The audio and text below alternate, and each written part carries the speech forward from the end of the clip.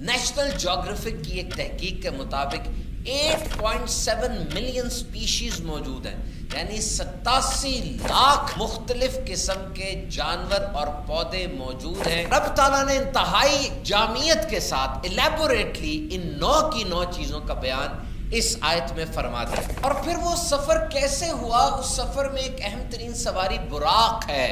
یہ سفید رنگ کا گھوڑا ہے، سفید رنگ کا گھوڑا، جنتی گھوڑا ہے یہ۔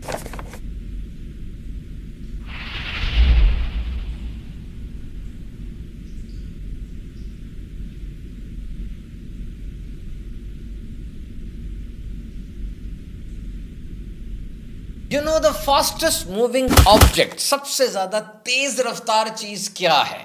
بہت سی باتیں کی جا سکتی ہیں، انسان بھی سب سے زیادہ تیز بھاگا 100 میٹر کی ریس میں، لیکن اگر سواریوں کی بات کی جائے تو سب سے تیز ٹرین وہ شنگھائی میگلیو ہے، جو کہ 400 کلومیٹر فی گھنٹہ کی رفتار سے بھی زیادہ سپیڈ سے بھاگی۔ اور اگر آپ ایئر کرافٹ کی بات کرتے ہیں تو SR-71 بلیک برڈ، جو کہ 3000 سے زیادہ کلومیٹر فی گھنٹہ کی رفتار سے اڑ سکتا ہے۔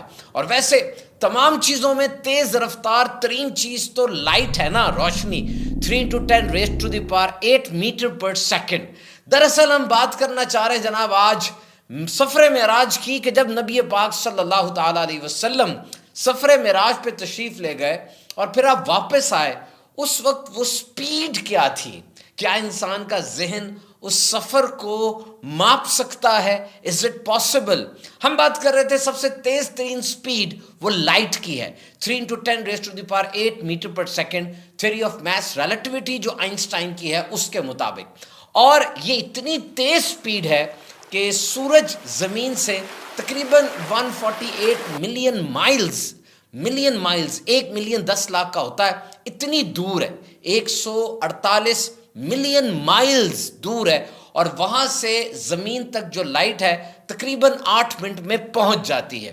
اور نبی مکرم صلی اللہ تعالیٰ علیہ وسلم جو سفر معراج پہ گئے، جس کے 3 حصے ہیں، فرش سے فرش تک، یعنی مکہ پاک سے مسجد اقصی بیت المقدس تک، پھر فرش سے عرش تک، اور پھر عرش سے لامکان، وہاں رب تعالیٰ کا دیدار کیا، اور پھر جو راز و نیاز ہوئے، اور پھر جنت اور دوزخ کا مشاہدہ ہوا، اور پھر واپس آپ تشریف لے کر آئے فرش پر۔ اور یہ سارا سفر کتنی دیر میں ہوا؟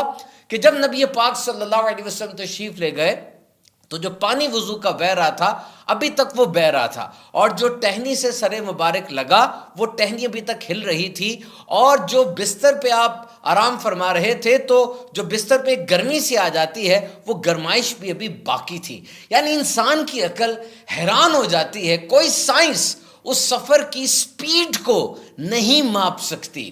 دیکھیے بڑی سمپل سی بات ہے کہ اگر ایک بندہ ہزاروں میل کا سفر طے کر کے آئے اور وہ کسی گاڑی پر یا کسی سواری پر کسی جانور پر آیا ہے، اسے نہیں پتا کہ ہوائی جہاز ایجاد ہو چکا ہے، وہ ایسے آتا ہے اور آ کر ہمیں بتاتا ہے کہ جی میں 1 ماہ کا سفر طے کر کے آیا ہوں۔ ہم اس کو بتاتے ہیں 1 ماہ کا سفر طے کیا ہے، ٹھہرو ابھی ہم 1 گھنٹے میں یہی سفر طے کر کے آتے ہیں۔ اسے سمجھ نہیں آئے گی، کیوں؟ اسے ہوائی جہاز کا نہیں پتا، اسے ہوائی جہاز کی سمجھ نہیں ہے، تو اس کو ہمارے 1 گھنٹے کی بھی سمجھ نہیں آئے گی۔ تو نبی مکرم صلی اللہ تعالی علیہ وسلم کی ذات بابرکت کتنی بلند و بالا، کتنی عظیم الشان ہے، انسان اس ذات کا احاطہ نہیں کر سکتا۔ اسی لیے ہمیں سفر معراج کی بھی سمجھ نہیں آ سکتی، عقل میں نہیں سما سکتا۔ یہ اللہ تعالیٰ کی خاص عطا ہے جو اللہ نے اپنے حبیب صلی اللہ علیہ وسلم کو عطا فرمایا۔ اور یہ ایک اور پوائنٹ بھی ٹو بی نوٹڈ ہے کہ as per physics if any object will move faster than light then that object will go infinite۔ اگر کوئی بھی چیز لائٹ کی سپیڈ سے زیادہ کی سپیڈ سے جاتی ہے تو وہ انفینٹ میں چلی جائے گی، وہ فنا ہو جائے گی، ختم ہو جائے گی۔ اور یہاں نبی پاک صلی اللہ علیہ وسلم جس رفتار کے ساتھ ہم دیکھتے ہیں سفر معراج ہوا، یہ 1 سیکنڈ کا بھی اربواں کھربواں حصہ بنتا ہے، جس کو آپ نینو سیکنڈ، زیپٹو سیکنڈ کہتے ہیں، یعنی 1 سیکنڈ کو آپ 1 کروڑ حصے میں تقسیم کریں۔ How is it possible? کیسے ہو سکتا ہے یہ؟ تو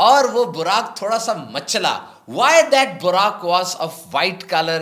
سفید رنگ ہر چیز کی ایک خاص اس کی بیس ہوتی ہے، اس لیے اس کا رنگ سفید تھا. وہ مچلا کیوں؟ اس لیے کہتے عیسیٰ علیہ السلام اور نبی پاک صلی اللہ علیہ وسلم کے درمیان ایک خاصا پیریڈ ہے، لمبا پیریڈ ہے، تو براق کو سوار کی عادت نہیں رہی تھی، اس لیے وہ تھوڑا مچلا. لیکن جبریل امین علیہ السلام نے جب اس کو ارشاد فرمایا تو وہ تھم گیا اور پھر اس کو پسینہ بھی آ گیا. اور ایک بات یہ بھی کہی جاتی ہے کہ براق اس نے اس بات کا اظہار کیا کہ نبی پاک صلی اللہ علیہ وسلم جنت میں اسی گھوڑے پر سوار ہوں، کیونکہ آپ صلی اللہ علیہ وسلم کے لیے جنت میں 40,000 براق تیار ہیں جو جنت کی چراگاہوں میں چر رہے ہیں.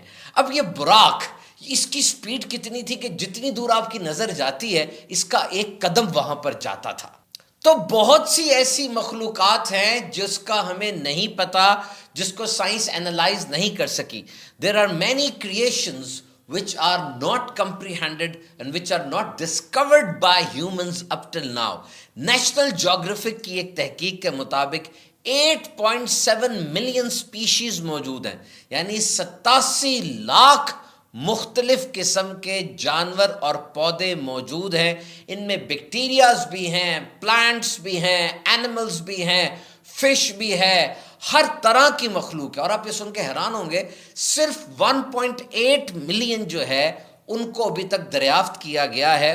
86% آر اسٹل ناٹ ڈاکیومنٹڈ. اس کا انسان کو پتہ ہی نہیں ہے. یعنی زمین کے نیچے، سمندر کے نیچے، پہاڑوں کے اوپر، آسمانوں میں، ایمیزون کہ اس فارسٹ کے اندر کتنی کیسی مخلوقات موجود ہیں، ہمیں اس کا اندازہ ہی نہیں ہے. سائنس نے ان کو ڈسکور ہی نہیں کیا.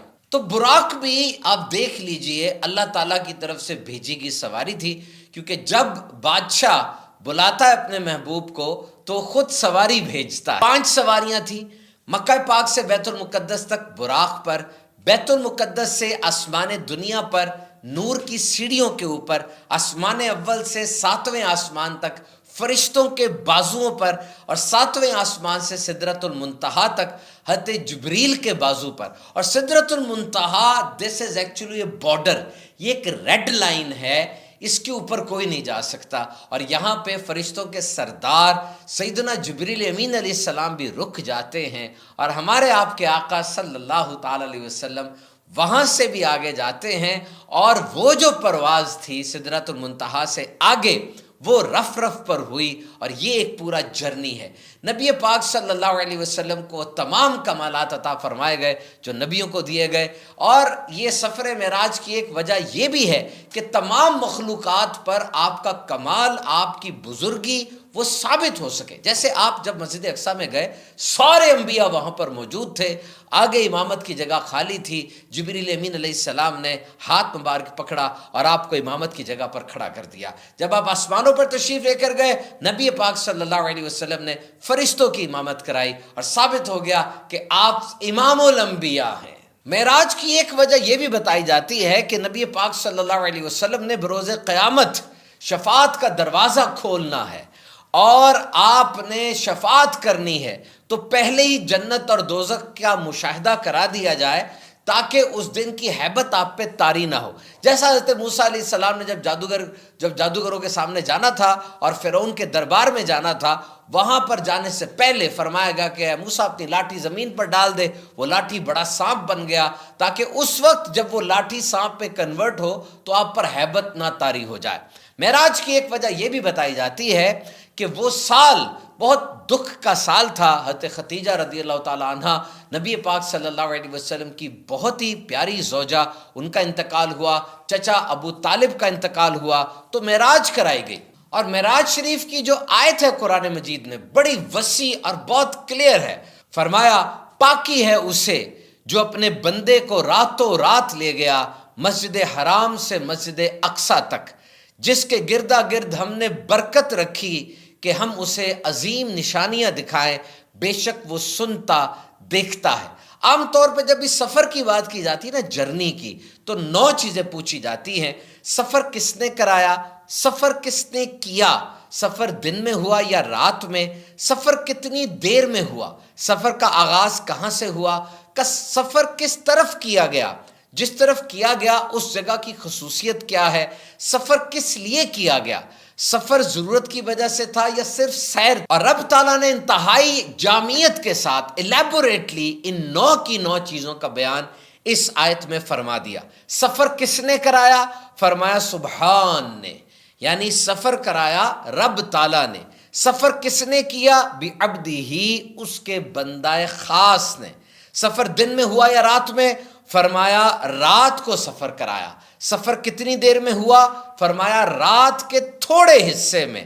سفر کا آغاز کہاں سے ہوا؟ مسجد حرام سے۔ سفر کس طرف ہوا؟ فرمایا مسجد اقصی کی طرف۔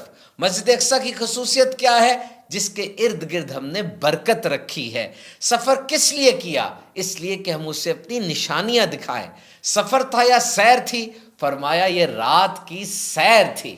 اب کتنا دیکھیں، ایک بات ہے یہاں پہ سوچنے والی کہ انسان سوچتا ہے اتنی جلدی سفر کیسے ہو گیا، کیسے ہو گیا؟ تو دیکھو فرمایا سبحان الذی، پاک ہے وہ ذات۔ تم عیب لے کر آ سکتے ہو تو وہ ذات پاک ہے، وہ اس سے بھی کم حصے میں سفر کروا دے، یہ وہ قادر مطلق ہے۔ تو محترم سامعین کرام، آپ نے دیکھا سفر معراج میں نبی پاک صلی اللہ علیہ وسلم نے انبیاء کرام سے ملاقات بھی فرمائی، فرشتوں سے ملاقات فرمائی، اور جہنم کے عذابات بھی دیکھے جو مختلف گناہ کرنے والے لوگوں کو دیے جا رہے تھے۔ اور معراج کی رات جو اہم ترین گفٹ ملا وہ کیا تھا؟ نماز کا تحفہ۔ 50 نمازیں تھیں، پھر ان میں تخفیف ہوئی اور وہ 50 سے 5 رہ گئی۔ تو آج ہمیں چاہیے معراج کے اس موقع پر جشن معراج ہے، خوشی منائیں۔ ظاہری بات ہے اگر ہمارے والد صاحب کا کاروبار بڑھ جائے یا ہمارے بھائی کی پروموشن ہو جائے، وہ 16 گریڈ میں تھا 18 گریڈ میں چلا جائے، تو کتنی خوشی ہوتی ہے کہ جی اس کو ترقی ملی ہے۔ تو یہ وہ رات ہے جب نبی مکرم صلی اللہ تعالیٰ علیہ وسلم کو ترقیوں کی معراج کرائی گئی کہ خود رب تعالیٰ کو آپ نے اپنے سر کی آنکھوں سے دیکھا۔ کسی اور مخلوق کو یہ سعادت حاصل نہیں ہے، آپ کو یہ سعادت ملی۔ تو ہم سب کو خوشی منانی چاہیے، ہمارے آقا صلی اللہ علیہ وسلم ہے۔ اللہ تعالیٰ ہم سب کو نبی پاک صلی اللہ علیہ وسلم کی سنتوں پر عمل کرنے کی توفیق عطا فرمائے۔